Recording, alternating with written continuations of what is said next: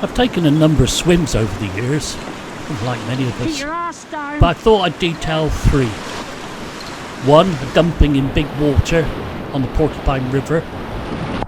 A rather silly one with my daughter on the River Drome, but a nice lesson. And finally, the swim that nearly killed me on the Bloodvein River in Manitoba, and the things and the pressures that led up to those decisions. Head over, head over. No, we need power. Steering won't help us.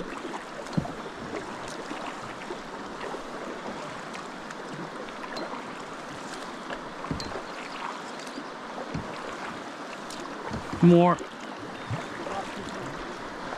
Yeah, there's a rock there. Turn me left now. Turn me left now. No, no more. Come on. We need a little bit of forward power. Gentle. Power but gentle. This is Saskatchewan's Porcupine River, a really remote trip. Fabulous paddling, fabulous scenery. And I'm guiding. And my bow paddler is David. Good guy, one of my customers, known him for a little while, but he's never been on this type of water before. He's only ever paddled much smaller volumes, much narrower rivers. And where it gets a little bit difficult, we can get out on the side on these easier rivers and discuss what we're going to do or he's going to do.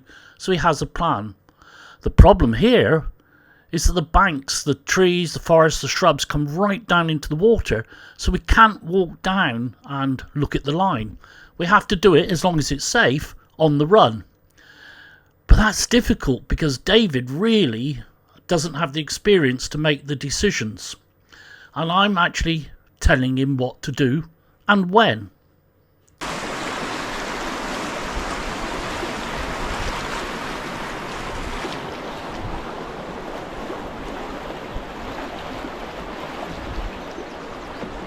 Power. Power. Now straighten me left. Take me left. Take me left.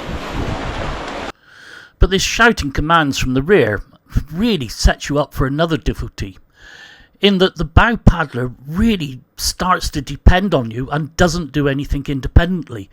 So reactions in certain situations are going to be really slow.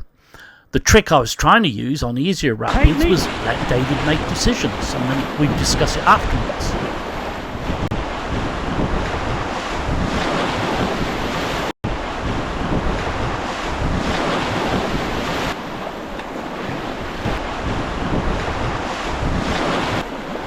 Keep your weight low. Keep your weight low.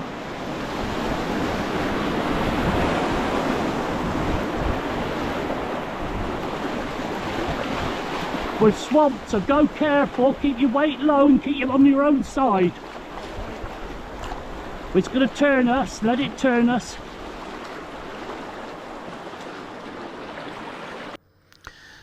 As the trip went on, and certainly towards the end of the trip, David was actually paddling a lot better.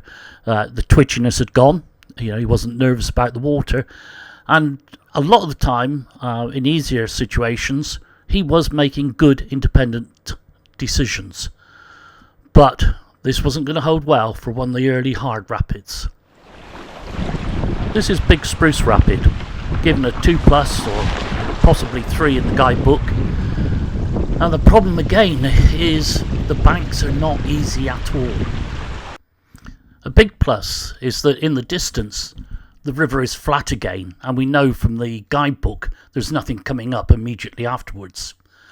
The line down the left though, well, that's got some big waves we can see, but there appears to be a drop and more waves right at the bottom, so don't know what's in there. If we look to the right, there's a big line of standing waves going down and everything's really fast. So not enough of a view, not enough information. So Paul and I and Henry decided that we would climb up on this left bank, but it was steeply uphill, big boulders, moss, trees, dead trees, and we really didn't want to take the group up there. There was a real chance of somebody getting hurt. The ground was awful and I was quite slow. When I got there, Paul looked at me and he said, "There's a line, but you're not going to like it." On the right, there was a big line of standing waves. Really didn't want to be in there without spray decks. But just on their left was a fairly clear path down the majority of the rapid until close to the bottom. There, we were either going to have to take the waves head on and take a swamping, or if we could, jig slightly to the left.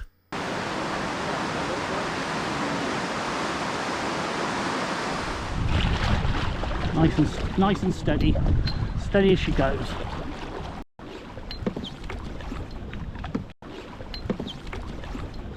Keep your weight low. I shared the plan with the group and with David in the eddy, and then we set off. And it was a case of slow and steady, just get ourselves nicely on line and ready for the action. We're good, we're really good. Don't dib around.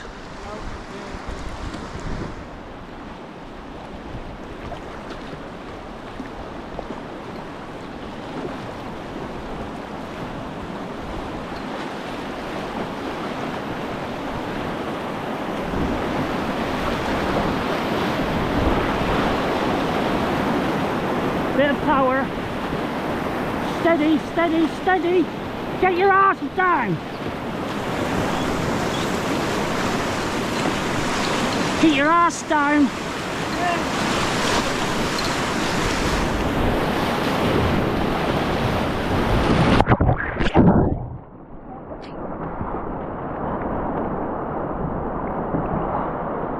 Swim to the bag. Swim to the bag.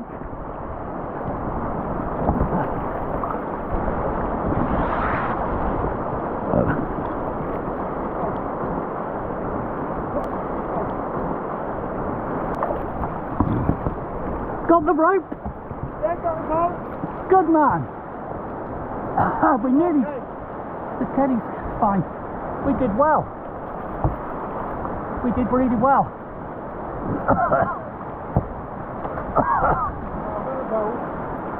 Yeah. Just hold on to it. Yeah. If I'd straightened her up, we'd have been alright.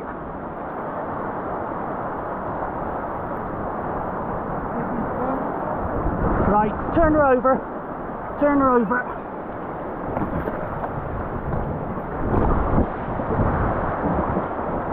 One, two, three.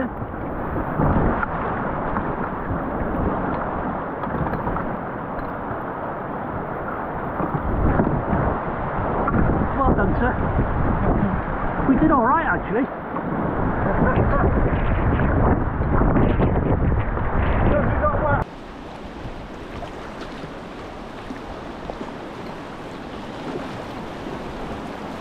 I can now clearly see the easier water to the left of the standing waves, and I can aim the boat really easy onto it.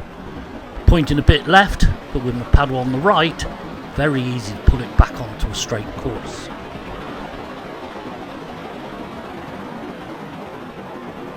Bit of power. Keeping the power off so we don't plough into the waves and take on water needlessly. But here it starts to go wrong. That wave didn't help. The bow's being pushed to the right and we need to be pointing to the left. Really, this is where an independent bow paddler comes in. There you go, Lena doing it on a different river, pulling the bow into place without any comment from the stern. But Lena is a very, very experienced bow paddler.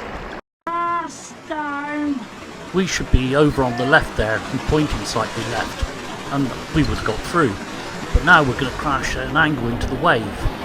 And even here, maybe, and this one is my fault, if I'd spotted the eddy soon enough, I could have leant into the turn, and maybe we would have got away with it. But my attention was really on that wave. Later in the trip, I don't think we would have taken a swim on such a rapid. David had grown in confidence. He was more able to make independent decisions, and that was a relatively simple one, keeping it straight. but it shows the problem of a bow paddler becoming dependent on the commands from the rear. Henry, you've got a rapid behind you. Henry and John had actually kept their boat straight, and although they Paddle swamped, hard as you can, guys. it meant they could paddle into the eddy for the and to the shore and bail without the capsize. If you... It was on the Drome River in France. I took a very silly swim with my daughter. We were paddling down, beautiful day, lovely water, and ahead of us I spotted a little wave, and it's only a little one. So the idea was, well, let's break out behind it, into the eddy, go back and have a little surf. And surfing's something that I really enjoy.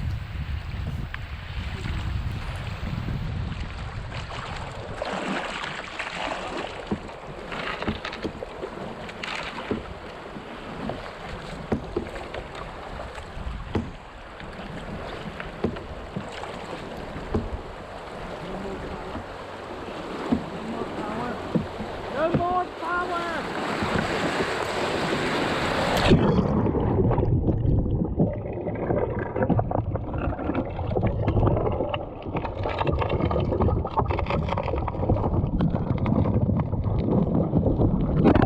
So what went wrong? Well, I wanted to go on with an angle to the left because I wanted to surf across. No more power! So here am I doing it on a far more powerful wave. The wave runs on a slight diagonal, and so the nose wants to track away to the left. By using the rudder, I can hold it straight. I'd asked Maya to give me power to get us up onto the wave. But then as we got there, I needed her to ease right off so I could hold the nose straight to the current. But she kept powering, and my shout of no power, well, she was only hearing the power bit, and she did. And that pulled us sideways into the trough, and from then on, it was almost inevitable.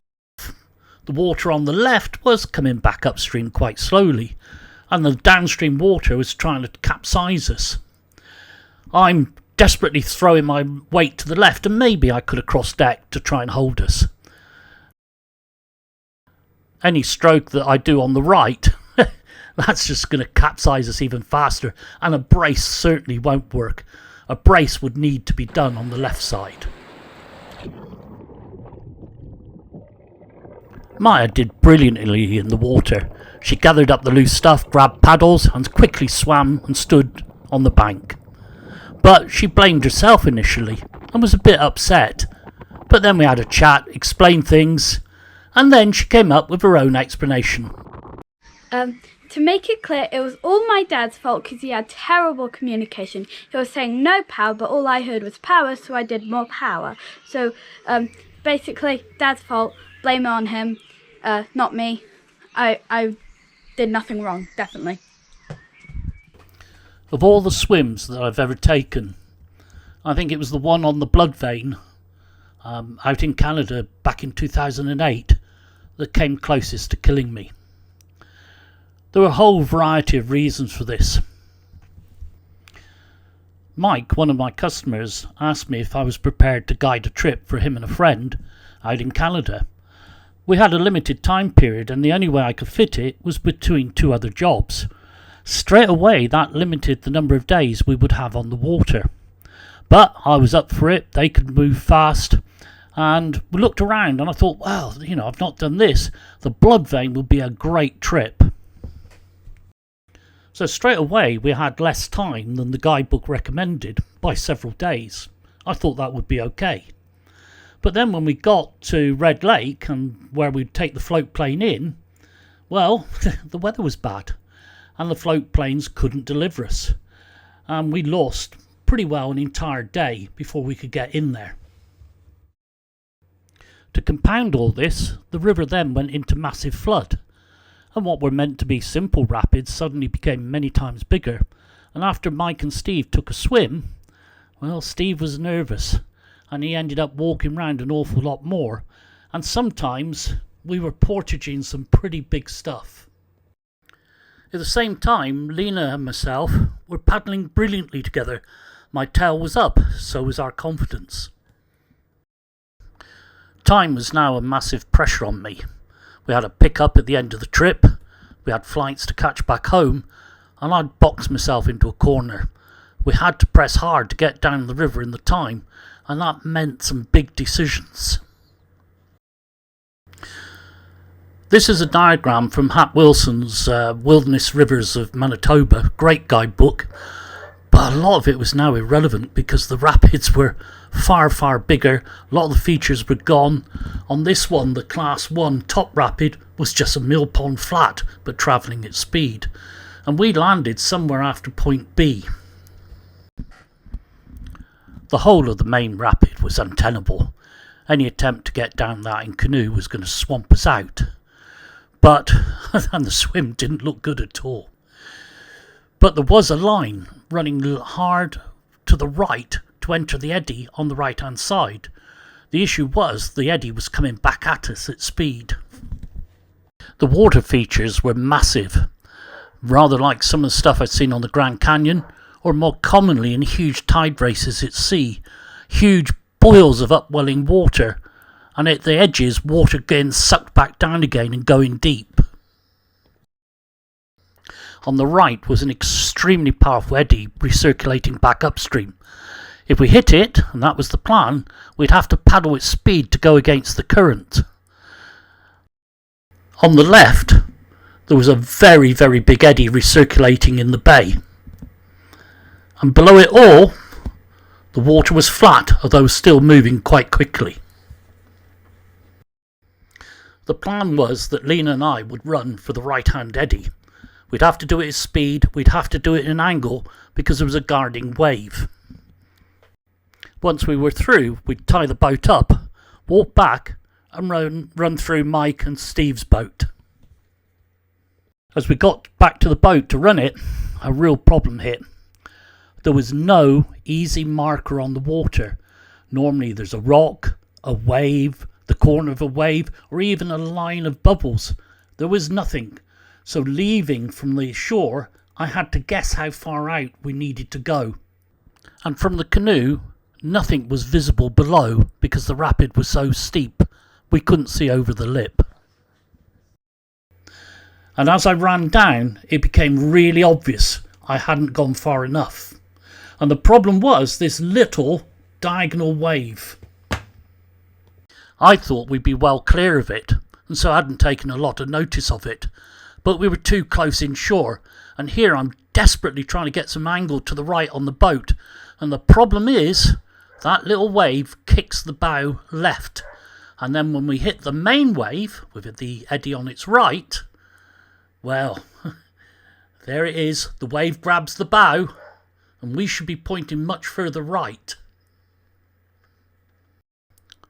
So now, instead of the boat climbing up and to the right and dropping into the eddy, the wave throws us well over to the left.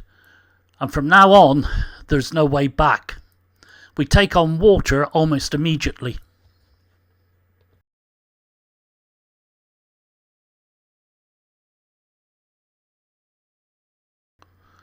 We hit a big upwelling of water and skid round its edge, and normally Lena would cross-deck to straighten us up, but I yelled, "Don't cross-deck, don't cross-deck!" Because if she does, there's every chance her move across will capsize us then and there. I want to stay upright as far and as long as possible. I managed to straighten her up. Lena's doing her best to get us round as well. But we're heading right into the worst of the water. Now we're purely into survival mode. Keep the boat as straight as you can, but between us and the end there's several big folds and holes in the water. And we hit one of them, straight into the crease line with water going down. We have water pouring in from both sides, and underneath us we're being sucked down. We last briefly, but us, the canoe, all the kit is sucked underwater. I lose contact pretty quickly. Head bobs up once and then I'm down again. But I'm going down a long way. I go down far enough that it actually starts turning dark around me. I must have been hurtling along, and eventually I'm running out of breath but the water is steadier. I can see the surface above me. I can see bubbles between me and the surface. I'm swimming for all I'm worth upwards, thinking, I'm going to buy a bigger buoyancy aid. I'm going to buy a bigger buoyancy aid. And then my head breaks loose and massive gasp of air, and then I'm sucked down once more, but relatively brief, and then I'm up. All I can do initially is lie on my back, trying to gasp air into my body. I look around, and there on the left shore, on the rocks, is Lena. She's managed to swim ashore. I can only, when I gather my strength, swim to the right shore. I signal Lena to stay where she is. Lena had taken a fairly brief swim in reality, and had come out, popped up next to the rocks and swam ashore and got out. I signalled again to her to stay where she was. I looked across, and there was the canoe in the massive eddy on river left, and it was actually going around in the centre of the eddy. Well, it was going to be some time before the others could portage their boat. In fact, they were going to carry back upstream to find a place to go across, portage over onto the left bank and then across to the bay. I looked at it, below was flat water, and I thought, well, here goes.